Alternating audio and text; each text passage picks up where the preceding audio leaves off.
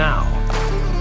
It's the Finding Your Spine podcast with host Chase Spears. Hello, everyone. Welcome back to the Finding Your Spine podcast, where we call morally principled men and women to put the truth to work in their lives, leadership, and workplaces.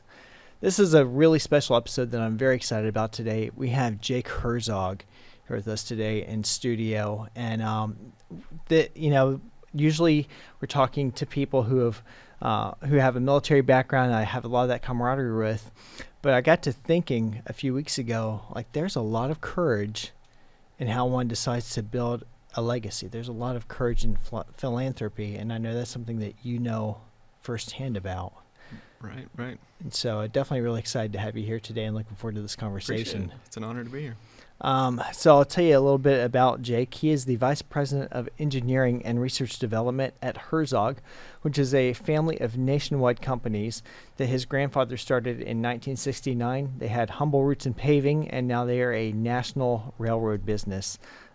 Just really impressive stuff that they do that I really like because I'm a little bit of a geek when it comes to anything industrial. So Sure. I've got to figure out a way to beg him to come up to the rail yard. Everybody loves trains. Yeah. Who doesn't? My 4-year-old, no joke, loves to sit and watch YouTube videos of trains. Yeah. It's the coolest thing, and I don't mind watching it with her. No, a lot of us have never grown out of it. Yeah, and I hope I never do. Right. Jake received a degree in civil engineering from the University of Missouri in Kansas City, and he is also a licensed professional engineer in the state of Missouri.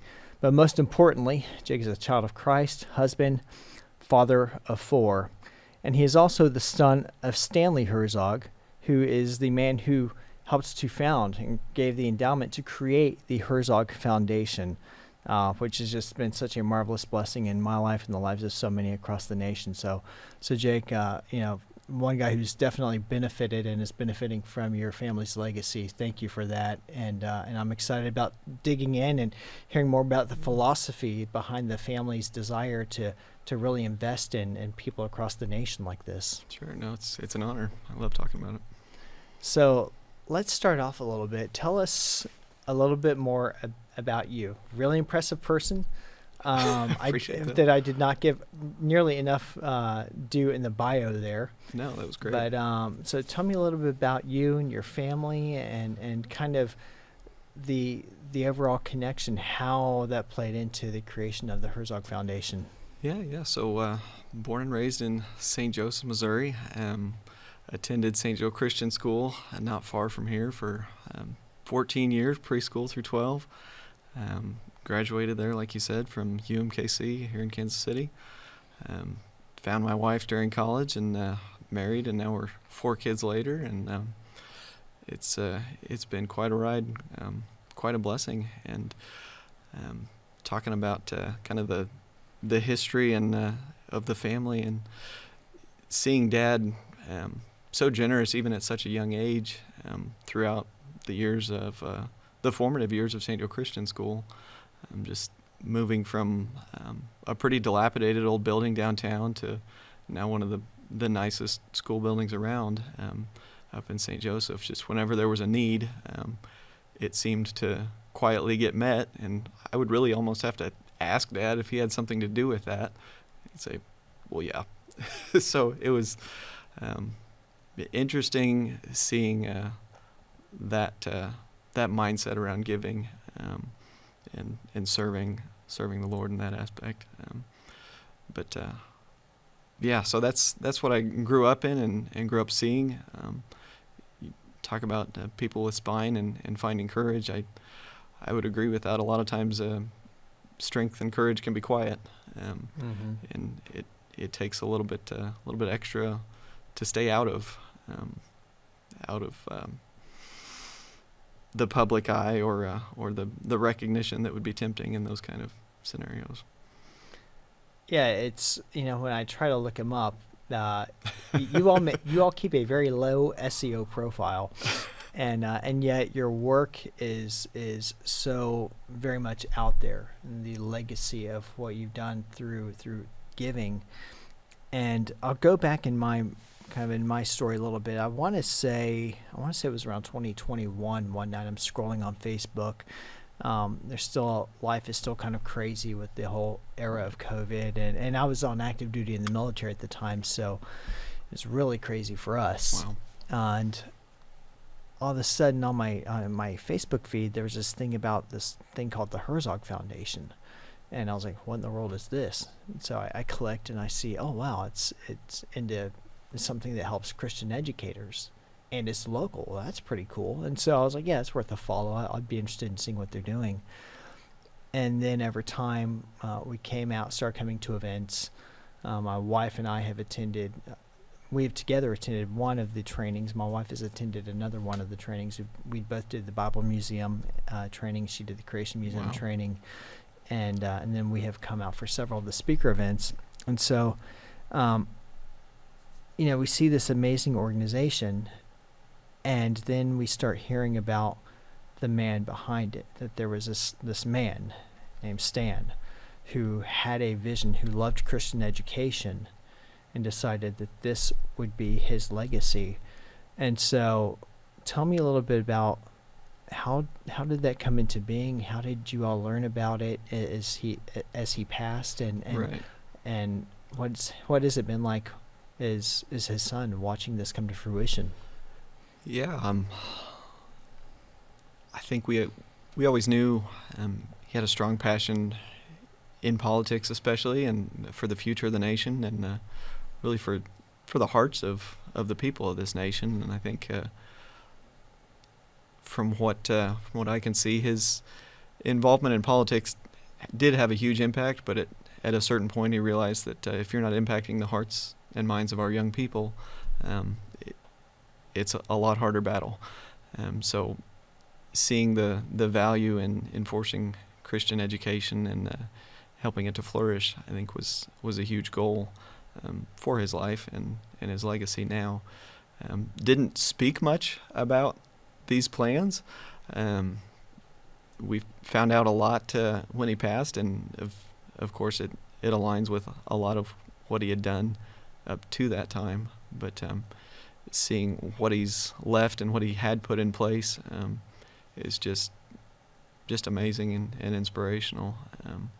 And the people that he did name to carry out this mission for him, it's truly been an honor, and I think God orchestrates things in way better ways than we could have ever imagined.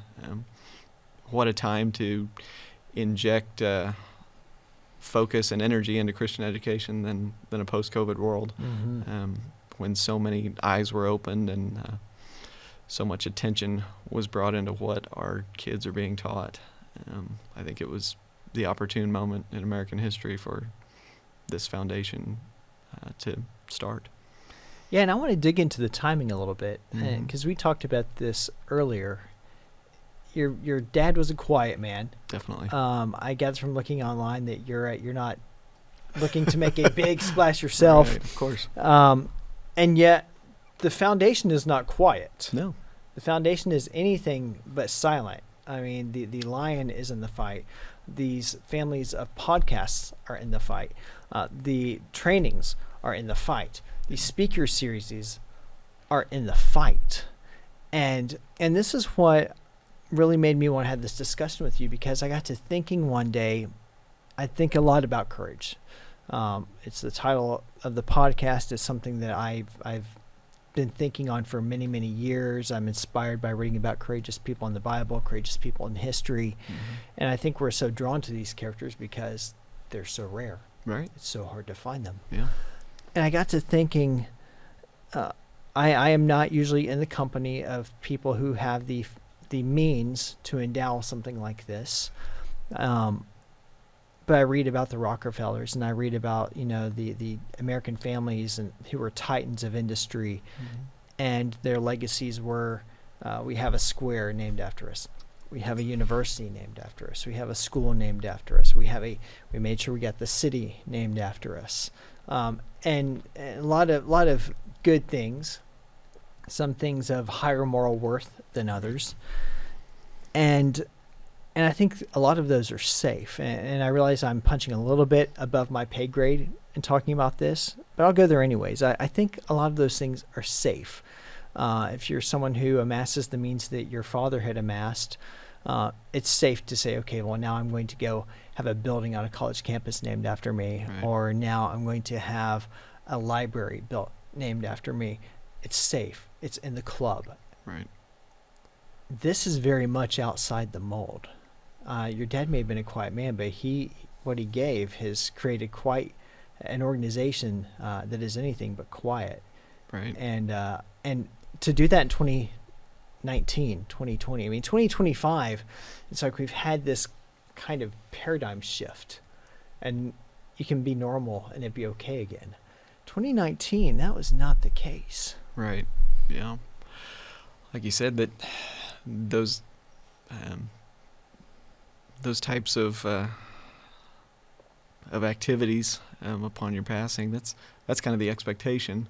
Is you want to make a huge impact after your passing, and I think everyone desperately doesn't want to be forgotten, and that's kind of these vain attempts at naming cities and libraries and campuses, and I think to make sure their names are glorified for years and decades, and I think Dad's focus was completely different. It's how can I glorify God when I'm gone?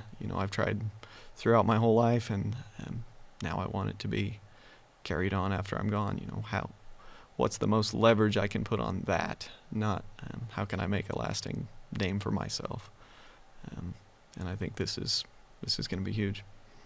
I think it is huge. Mm-hmm. It's been a huge blessing to me and Lori. It's been a huge blessing to many of our friends and colleagues, and I think for so many others across the nation. And I'm kind of curious, what was it like growing up under a man who had that kind of ordered conviction? I mean, you mentioned that he was quiet about it, and if you don't mind me being too personal, tragic accident and your dad passing away. How did you learn about this? Sure. Yeah, like you said, quiet man, simple, very humble, but something about him and his personality just put him in a room and people tended to gravitate toward him. Not because he was the loudest voice or the most domineering personality, but something I can't explain, but people just were drawn to him. And it's funny, we're kind of starting to see that in one of my sons too. It's just put him in a room and the kids gravitate toward him. He's a humble, quiet kid. But moving on, what was it like to grow up under that? Yeah, I've said it before, inspirational. Seeing the choices he made and things that he could have been recognized for, things, different paths that he could have taken in life, and very humble man. And I guess one kind of neat story about his giving and how different things, when we start to see the fingerprints of God on what we're doing, it's a pretty huge thing. So it had to do with St. Joe Christian School, and they were pretty desperately outgrowing their building and needed something new back when we were in the original location downtown. So the principal at the time picked a spot of land around town, and she said this would make a perfect school. So she literally walked on that property. Wasn't hers, but walked around, prayed over it that, God, we really want this property. Like, this would be perfect.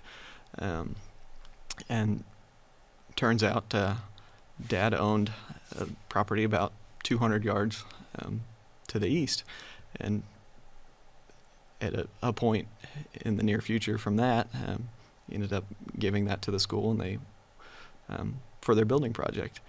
And the Lydia, the principal at the time, didn't understand, God, we were praying for this certain spot over here, what's going on. Well, the spot that Dad gave was in the floodplain. So weeks later, earth-moving equipment shows up to literally move the ground that she prayed for over to where the school was going to be built. So pretty neat, and nobody could have seen that coming. Dad thought it was pretty wild, and seeing his reaction when he knew that he was being used by God. There were a few other scenarios when he'd given to the church, and it was neat and something that I think everyone wants for their lives. But seeing someone make that impact and seeing how they're used, that's a cheerful giver. There's such power that can come from that, like so much Mm-hmm. good. What was it? Sorry, there's just so much on my mind right now. I'm you mentioned earlier when we talked about gifts, and Mm-hmm. you made a comment that he said something to the effect of, I'm not gifted to be in the choir. Right. And I'm not gifted for this particular piece of church ministry. Mm-hmm. But the Lord has blessed me with the ability to make money. Yeah. I'm gifted in that. Yeah. And that is a way that I can serve. That is a way that I can worship. Mm-hmm. Yeah, and you nailed it. Those were the words he used. He said, I'm not a singer, I'm not a preacher, but God made me really good at making money. And it's funny when you hear it, but that's the truth. He was made to be a giver, and God blessed his efforts and his businesses, clearly. And then when he was in this mindset and in these activities of giving, the blessings continued to come. And I think that's where he found his purpose. And seeing him recognize that was pretty neat. So it's been going. The Herzog Foundation was founded in 2019, if I remember correctly, right? We're in 2025 now. What was the overall vision that he had? I know it was created an organization that supports Christian education. What do you think he imagined, and what do you think he would think of now if he could walk in the building and see what's happening here with his name on it, with your name on it? Yeah, I think it would be pretty tough to imagine anything like this, but I'm pretty confident he'd be very, very proud of the direction it's headed and the impact, and even the strategy of not building gymnasiums, not helping remodel schools. We're not handing out meals. We're teaching how to fish. It's such a bigger, more sustainable future for Christian education. So, yeah, I think he'd be pretty proud right now. And in terms of teaching how to fish, was that a grander part of his life philosophy? I think so, yeah, even if he never put it in those words. He definitely, in his businesses, focused on getting the right people in the right places. And something I always admired about him, running huge operations, huge businesses, but when we were on a family vacation, there weren't many phone calls. He had put people in positions and he trusted them, and they executed on the missions. So it's, especially in business, that was a fantastic lesson, to see that you don't have to and you don't need to be the one that's turning all the levers and making things go round. In fact, it's a more sustainable and effective approach if you're empowering the people under you. Mm-hmm. Does that translate even into the corporate values that you help to shepherd currently today in the Herzog family of companies? I think that's definitely been part of the vision moving forward, yeah, to the extent that I've been involved, but to what I also can see happening around me. It's that's the overall goal, is to codify those values that Granddad and my dad put into this company. Yeah. You just mentioned your granddad. I know he has a piece in the story of the company as well. What do you think his piece was in terms of how he shaped your dad's thinking on giving, on wanting to hand out fish, as you say? I'm sorry, teach people to fish, not hand them out. I think probably in a larger sense, it was definitely in Granddad's nature to empower the people around him, because talking about employee numbers 1 and 2 here of Granddad and Dad, but Granddad put the people around him, built them up, pretty young people at the time, and then grew this thing into an enterprise to be proud of. But yeah, in terms of giving and being used, I think Granddad, I'm sure, played a part in instilling those values. Didn't get to see as much of him at that time in life, but I'm sure there was something there. Yeah. And how does that translate now into your life as a father, as a business leader? There's got to be some weight of carrying this name. Yeah, there definitely is. Like you said, on both of those fronts. In terms of giving, I think my wife Sarah and I have been pretty intentional showing the kids the lessons that I was shown pretty early on of, here's what we're going to give to. And even last year we decided we're going to start doing something at the end of every year and sit the older kids down. The younger ones aren't ready yet, but my 14 and 12-year-old, here's the things that we gave to this year, guys. Like, we helped, build some schools in Uganda. We helped the local pregnancy resource clinic. Like, I think showing them that's where the real fun part is of being blessed, is passing that on. Mm-hmm. And I think that's something we're going to do continually in the future as we communicate this with our family, that this is very likely what we were created to do as well. Carry this impact and leverage it as much as we can. That's terrific. That's actually something I need to start sitting down and do with my kids at the end of the year. I think that's. Yeah, I don't know where the idea came from, but it was pretty fun. Yeah, that's a way to really instill in your children like the importance of it. I mean, obviously, at the end of the year, I'm always looking over my giving and saying, okay, how did we do? Yeah. And part of it obviously comes with tax season, Mm-hmm. but and Ben Carson had this recommendation when he was here the other day too about sitting your kids down every night at dinner and saying, what did you learn today? And so that's a good one. Yeah, that was cool. So picking up another thing I need to put into practice in my life here. It's one of the cool things about getting to talk to people like you. Oh no. You're a business leader now.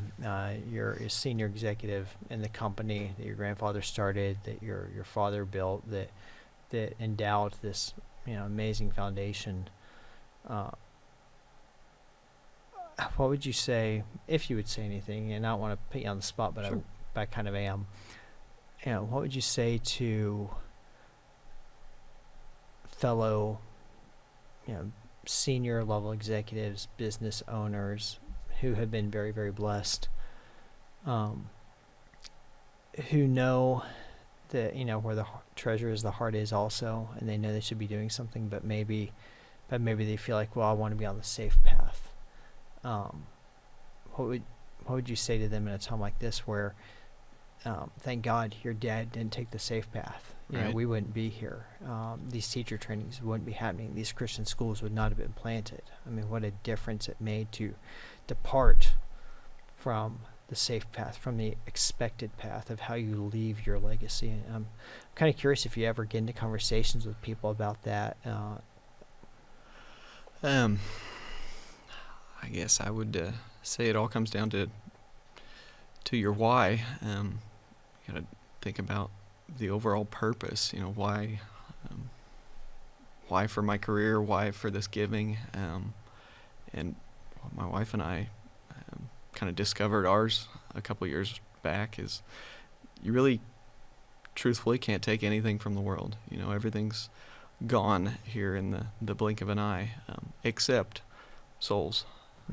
That's how we're going to measure our impact.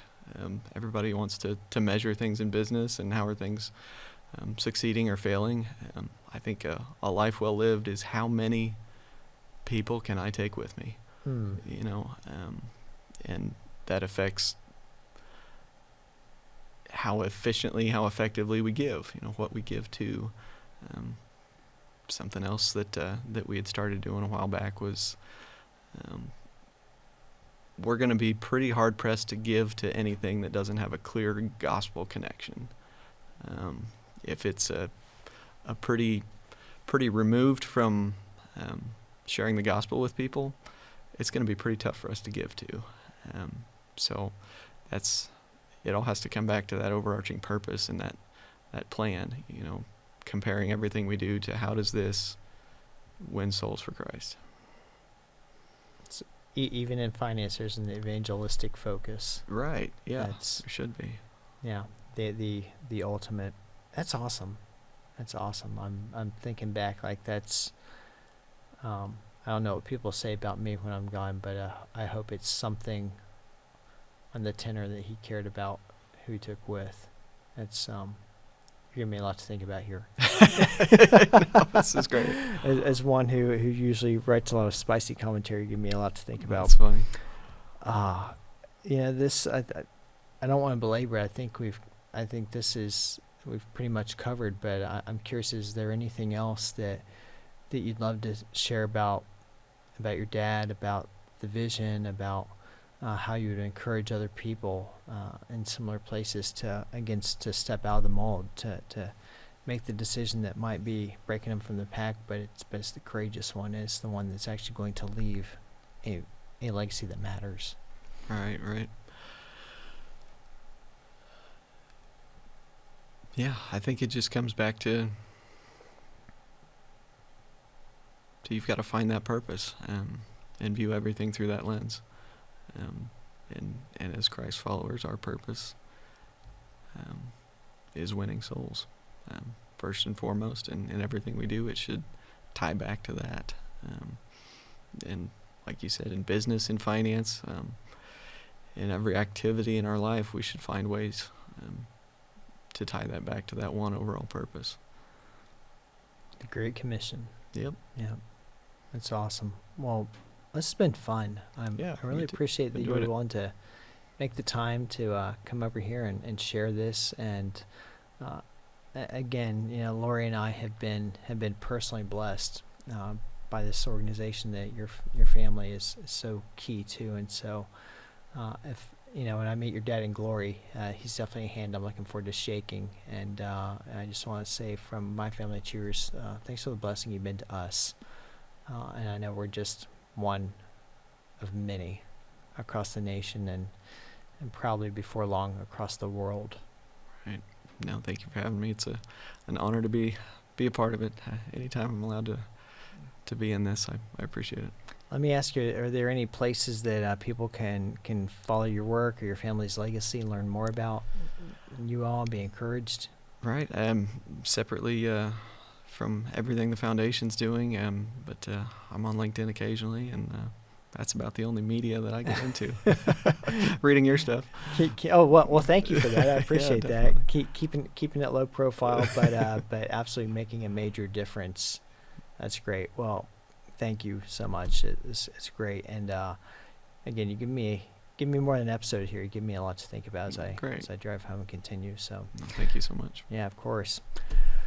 Well, wrapping it up, if you'd love to learn more about the Herzog Foundation and the amazing work that they do to catalyze Christian education and perpetuate the legacy of the Herzog family, you should head on over to herzogfoundation.com. To learn more about me and some of my other work, you can head on over to chasespears.com. Here in this podcast, I try to bring you people who can share truth, who can share how they have put it to work in their lives. But it's up to you to do the same. It's up to you to find your spine. So let's get to it. I'm Chase Spears. Thanks for listening. Remember to like and subscribe so you never miss an episode. And we'll see you next time on Finding Your Spine.